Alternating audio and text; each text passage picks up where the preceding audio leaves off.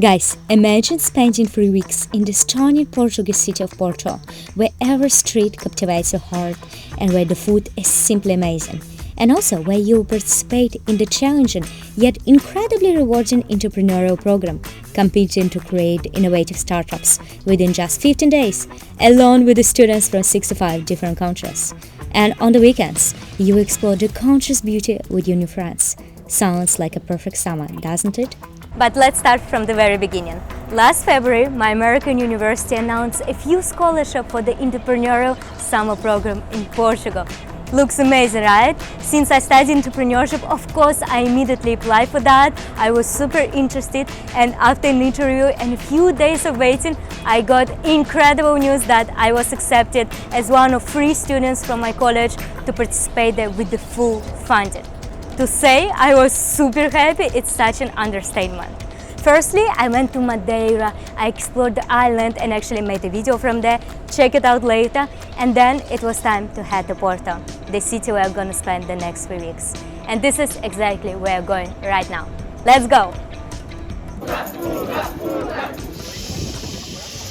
The first thing I did after arriving in Porto was to move into dormitory provided by the university, and honestly, I was amazed because it's the best dorm I've ever seen.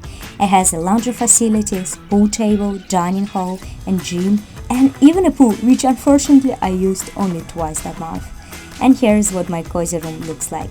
It's a private studio with everything I need. Overall, I'm just thrilled. What's the We are match in opposites. black and white? Black and white, yes.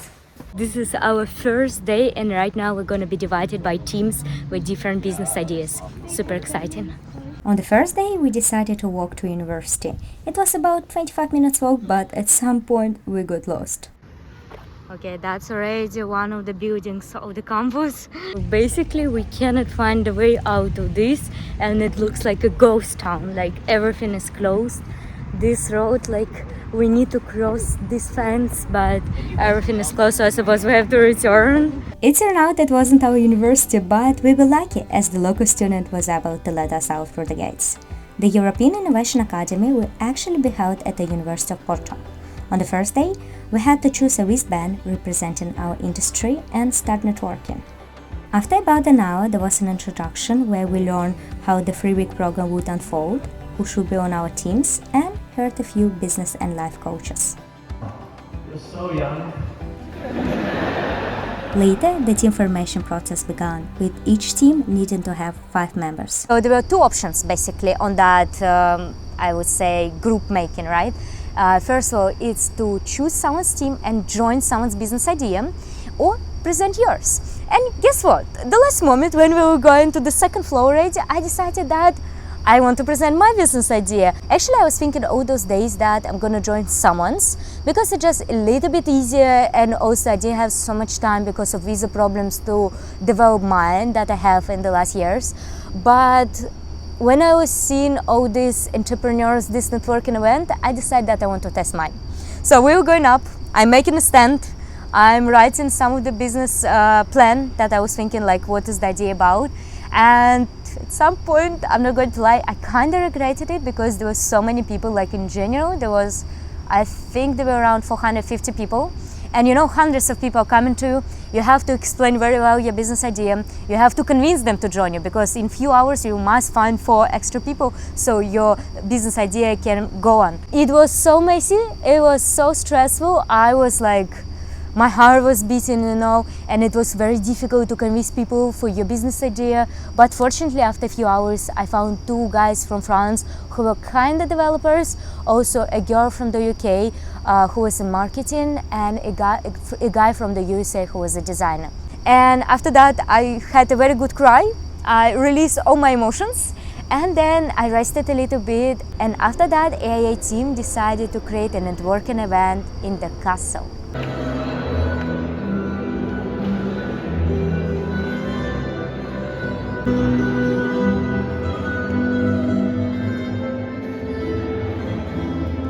They organized our first dinner in the palace.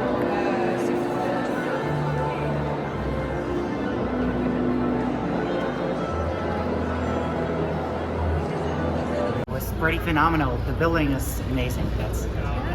It was nice. It was a lot of chaos, but I loved it. Very hectic, but I found my people and I'm happy about it. Chaotic, very chaotic. That's all I have to say. The event organization was outstanding. There were many types of cheese and even hamon to snack on, with the live music playing in the background. This created a relaxed atmosphere where we could really get to know other participants, and the views from the palace were simply breathtaking. European Innovation Academy is a unique program where students from all over the world have the opportunity to go through all the phases of the entrepreneurship journey. I spent the entire evening networking and enjoying fascinating conversations.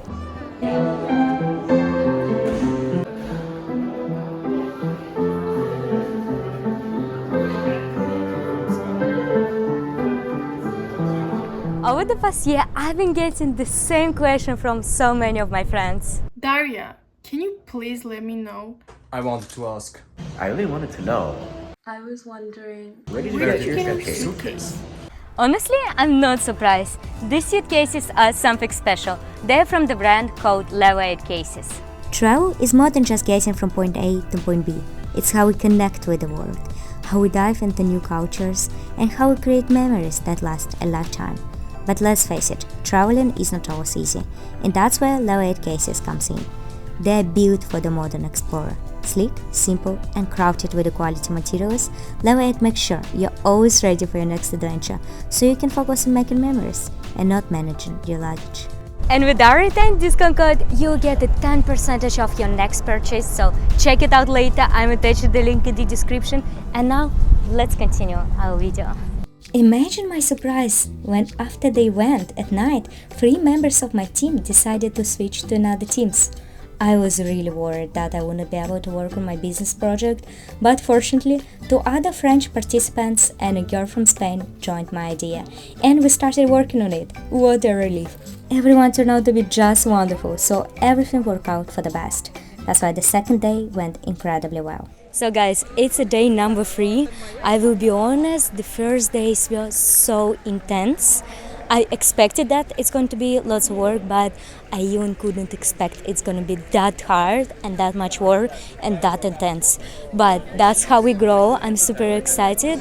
Let me just share a few presentations that are going to be here on this day. On Wednesday morning, we attended a workshop by Eugenia Dunaeva and Pavlo Pedenko on customer validation and B2B, B2C markets.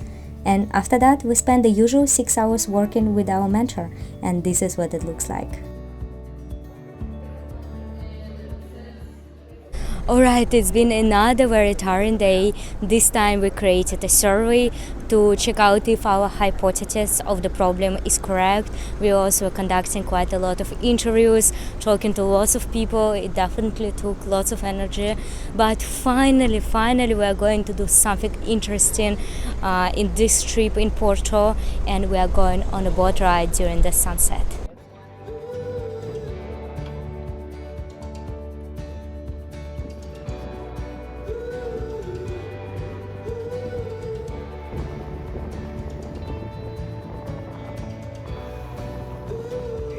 It was amazing to see the famous 6 bridges of Porto from the water. The views were so impressive that I'm pretty sure we all will remember it for the rest of our lives. I may fall. 60% chance.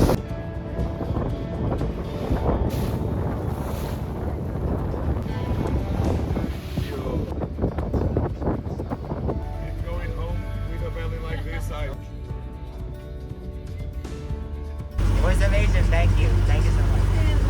Oh my god, my friends, this is absolutely unbelievable. It feels like I'm sleeping and seeing a dream because the views are absolutely fantastic. And you know thing? I almost didn't get my Schengen visa. Like, I almost missed it, but it's absolutely gorgeous. And this is probably the best activity to do in Porto.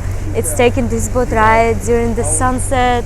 You see all those bridges that connect the city and all this architecture around and the colors. Like, it's absolutely a dream. I'm so happy right now, and I know all of you are interested about the prices. Guys and I found it quite reasonable, rating this boat for 6 people, and there are 6 of us from university in USA, and we paid, I think, around 46 or 43 $3 from each of us. I think absolutely good price. And for this money, you can see all these wonderful views. I'm so happy, my friends. Cheers for you to experience the same thing. The ship's captain recommended a local restaurant in the city that's popular only with locals, so we decided to check it out. Based on his advice, we tried the crab dish, which I like so much, despite it being quite salty actually, as well as some delicious grilled shrimps, white fish, and a local seafood rice that had a very acquired taste. Although it wasn't the best meal we had in Portugal, we still really enjoyed it. By the end of the week, the pace of the program began to pick up. We attended lectures on design and started working on our logo and the app's design. There was so much work and it was so interesting that we even worked during lunch.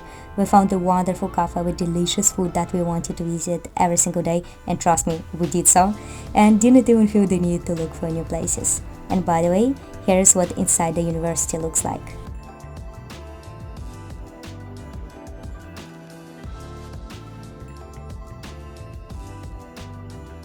That day, I invited the guys from my team to my dormitory for a pasta dinner. A fun fact about me that I love cooking for guests, though I usually make very simple meals for myself. The evening turned out wonderfully. I really enjoy spending time with them. My friends, if you enjoy watching this video, please don't forget to press the like button and leave the comment, because it means absolutely nothing to you, but it really helps me to grow my channel. I will be incredibly grateful. And also, if you want to support me a little bit more, I have a Patreon community. I will be very glad if you could join it, or you can send one-time donation via Buy Me a Coffee. It would really help to grow my channel. Thank you so much. On Friday, none of us had any energy left. We worked until 7 p.m. developing our prototype. And afterward, my friend from Switzerland came to visit me for the weekend. And of course, we just had to rent a car and go on a trip the next day.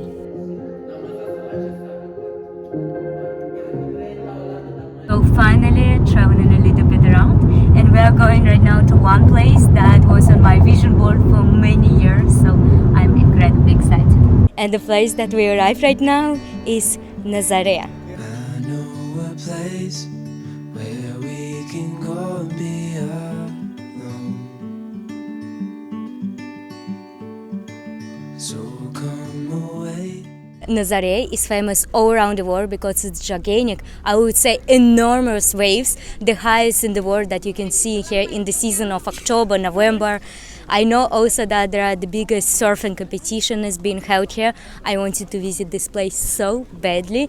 Right now, unfortunately, not the high season. You can see here lots of tourists, but not so many waves.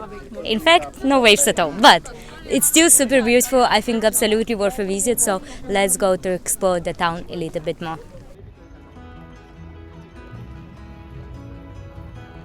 The town is quite small with only about 10,000 residents, but trust me, very cozy. I especially like those orange rooftops. And for example, this is the local hospital and this is the theater.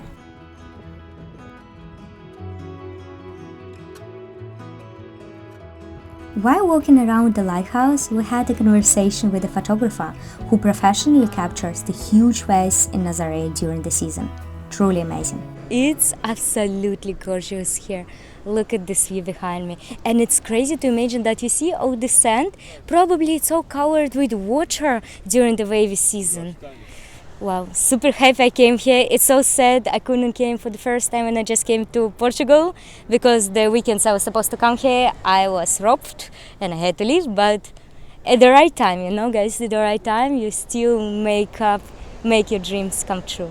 We are absolutely shocked. We're super high and people are fishing over there. The weather today is absolutely crazy. Look what happened just in a few minutes. You cannot see anything. After 30 minutes drive from Nazaré, we came to our second spot. And this is the Batao Monastery that you can see behind me. It's in Gothic style, looks absolutely fantastic, and it's considered to be one of 7 wonders of Portugal. This monastery is over 500 years old, and it was the burial site for the 15th century Aves dynasty of Portuguese royalty. The ticket cost $10 for adults, and I think it's just a must visit in Portugal. Alright, it looks so gorgeous.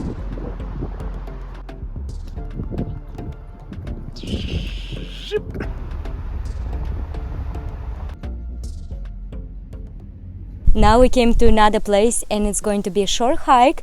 Some tourists said it was like 50 minutes. We'll see if we can beat them. And actually, I don't remember the name of this place. Here you can see it. We just found this on the internet and they suggested to go in the central Portugal. So let's check it out.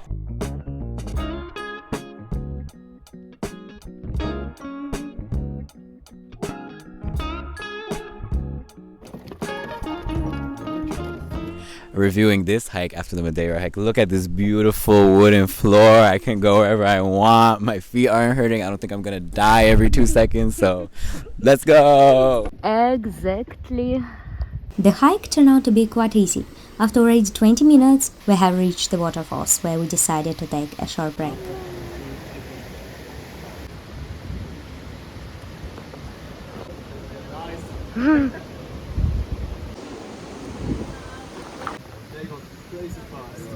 That was probably the start of the hike.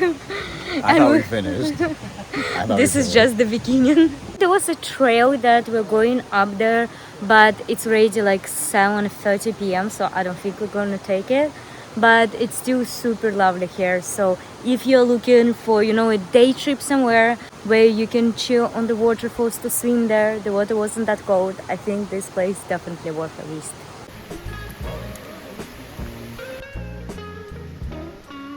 In the evening, we arrived in the town of EIA, often called the Portuguese Venice because of its canals, with the historical boats which unfortunately we didn't see in action. For dinner, we went to a restaurant famous for its risottos, which was simply extraordinary. And just as we were about to head home, we saw this.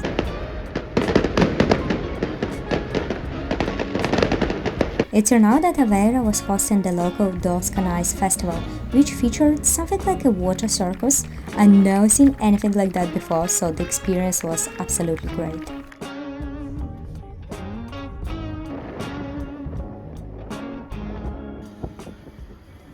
Good morning, guys. Now we came to another part of Portugal, to its north side, with next to the border of Spain.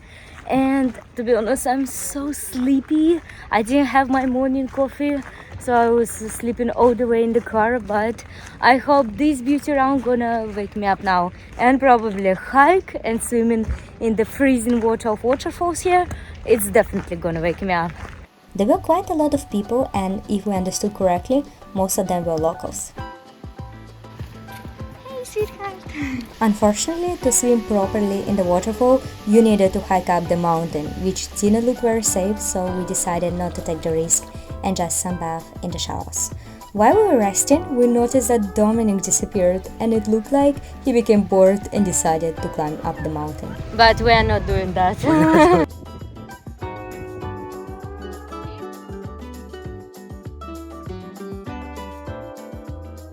We found this beautiful lake just by accident. It looks super nice. The water not super clean, but it is what it is. We are excited for a swim, and also maybe next weekend I would like to swim in the ocean next to Porto. So guys, here's how our weekend went. We drove around a bit, visited few small towns. It was a very enjoyable time. Portugal is an incredible country. Be sure to visit it one day. And as for the following week, it was so busy that I didn't have time or energy to shoot any videos. We spent the entire week preparing for Friday, when all the teams would present their projects for the first time. It was like a fair, with everyone trying to make their booth stand out, and we were no exception. One of our first milestones of the program is the expo, where we're gonna show our product. Marta found me as well. Love that. And yeah, all of us have matchy t-shirts. Throughout the third week, we continued working hard for the final presentation, preparing the app design, pitch, and the financial aspects. Unfortunately, our idea didn't make it to the top 10, but we gained a great experience, truly unforgettable. And living in Porto was a pure pleasure.